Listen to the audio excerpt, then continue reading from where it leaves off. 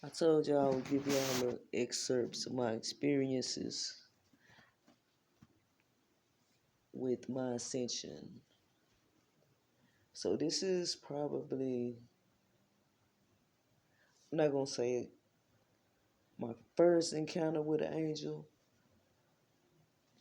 This would be, I'm gonna say, an encounter with an angel um, when I was hustling.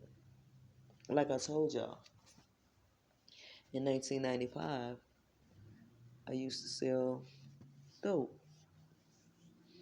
I had two traps, one on one on Sabine and one on Lucy. And I used to make pretty good money. And first and foremost, I'm not glorifying it, I'm just telling y'all the story. But anyway, I used to make like 1,500 on a daily, on a regular day at one trap, and like 2,000 on a regular day at the other one. So I was making a lot of money a week. So um, I had a lot of respect in the hood and all that. So one day I was with my partner, my partner Big Larky, my stud partner Big Larky, and we was going to this gas station that I used to frequent. I think it was a Shell. I think it was called something before that, but anyway, but it's a Shell now. And I was at that time. That's when payphones was out. So it was me and Big Larky, and I was using a payphone. I mean, no, I was finna use the payphone, and this church bus pulled up. This man jumped out the bus and walked directly to me, and he said, "Can I talk to you for a minute?" And like the energy I got from him was like, "Yeah, you need, go talk to him." Like just knowing somebody, you don't automatically just have that, but I just had felt that energy. So he said, his exact words to me was, "The place you going back to, if you go back, it's gonna change your life." I didn't get what he meant by that. He said it twice. He said, "If you go back to that place, it's gonna change your life." So now, as soon as he said that, I feel that shit in my soul. Like, woo, like chills. You know what I'm saying? And I had the phone, I had just put the phone down. I was gonna walk, turn around, because I wasn't like far from the phone. So I was gonna go use the phone. I couldn't even focus on who I was supposed to be calling. And at that time we had beepers. So um I had forgot who the fuck I was finna call. And I was like, no, well, let me just get more information about what he just said. What did he mean?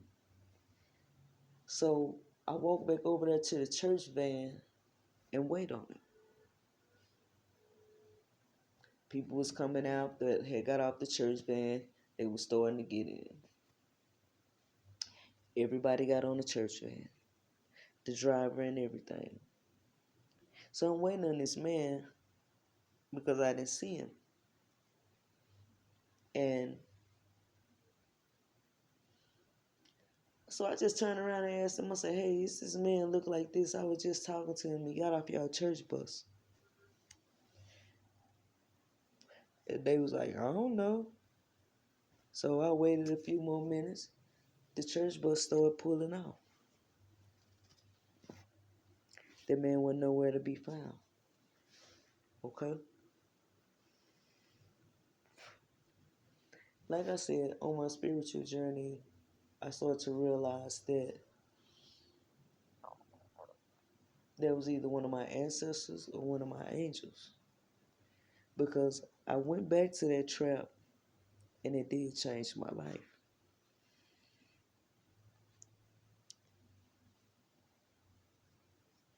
It changed my life drastically.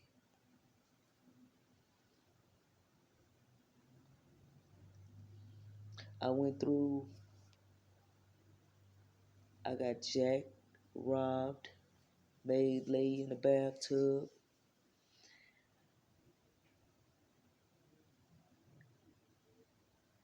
You know, um, my angels have always been around me. I just don't really want to get into it. But my angels, my point to y'all is my angels always been around me. My ancestors and my angels. I was leaving the club one night. I got a lot of testimonies. I was leaving the club one night. I was leaving the gay club. I'm very known at the gay club at the time. I was doing uh, just participating. I ain't gonna say trying to fit in, but like I told y'all, I'm not one of those people. I don't consider myself gay or who I was at that time, right? Even though I love women, I'm only with women. Let's clarify that. But I came to see who I was and know it. But anyway, I was leaving the club and I had this crazy ass stalking ex bitch that would not leave me alone. No matter where I go, she would follow me. I couldn't, like, I had started talking to this other girl, I had moved out or whatever. And I started talking to this other girl. She wanted to go out, so we go out together. And bam, this bitch there. And instead of her, she just was ignorant. So she, you know, came up to me while I was with this girl as we was leaving the club, walking to her car. She came up to me and said, "Oh, you with this bitch?" and kissed me in the mouth. She kissed me in the mouth, and I stole her. I mean, it was just my reaction. I just stole her. And then we started fighting from that point on. The bodyguards, they knew me. Well, so they sprayed her, but they sprayed both of us at the same time. Because it's like people had a lot of respect for me. And they know I wasn't the type of person to start shit with nobody.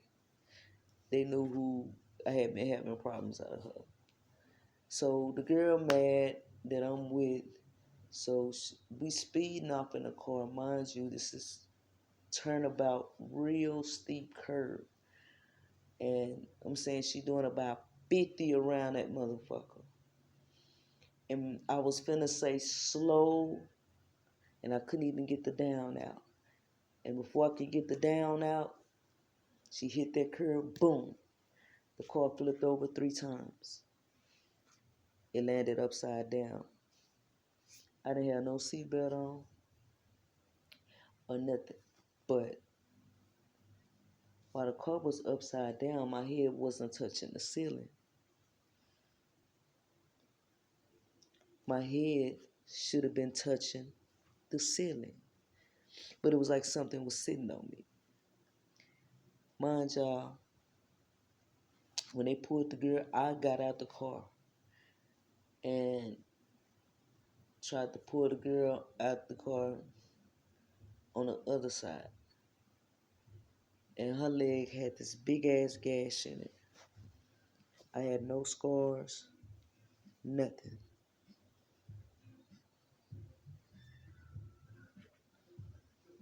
See, a lot of the shit that I sit up and talk about with y'all, I never just really gave y'all like any history on me.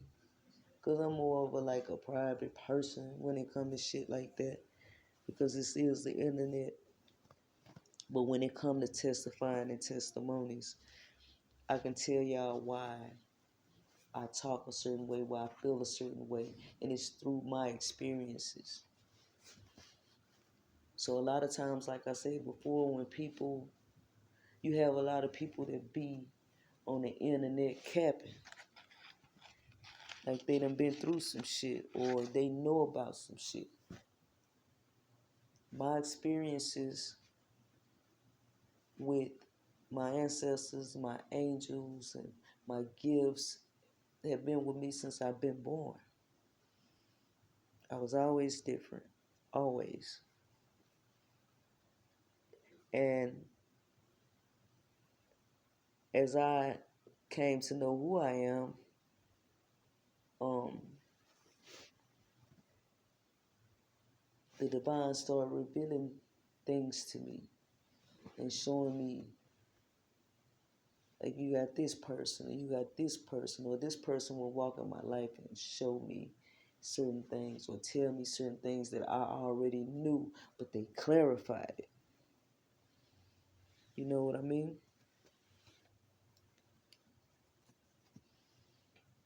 But these are my encounters with angels. Like I told y'all before, as far as my gifts, um, I've stopped tornadoes, two to be exact. See, the shit go real deep. Y'all gotta understand, when a lot of divine beings start talking, y'all really need to listen instead of dismissing that shit. And they be divine messengers. Divine. Sphinx Tarot is one of the main ones. Like, y'all gotta know. Because in order to go within, you gotta go without. A lot of people don't, what the fuck do you mean by that? Because everybody's always on the outside looking in. You need to be on the inside looking out. That's why I talked about the calm and the storm. You see? I done got off topic, but that just, that just came to me to say that to y'all.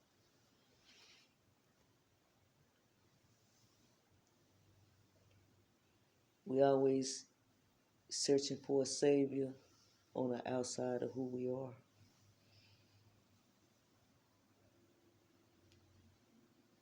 And y'all Bible tell you God created you in our image. It's just that simple. The problem is that y'all don't know that. Y'all don't believe it. Because if you did, you wouldn't be looking for a magical nigga to fly down from the sky and come save you.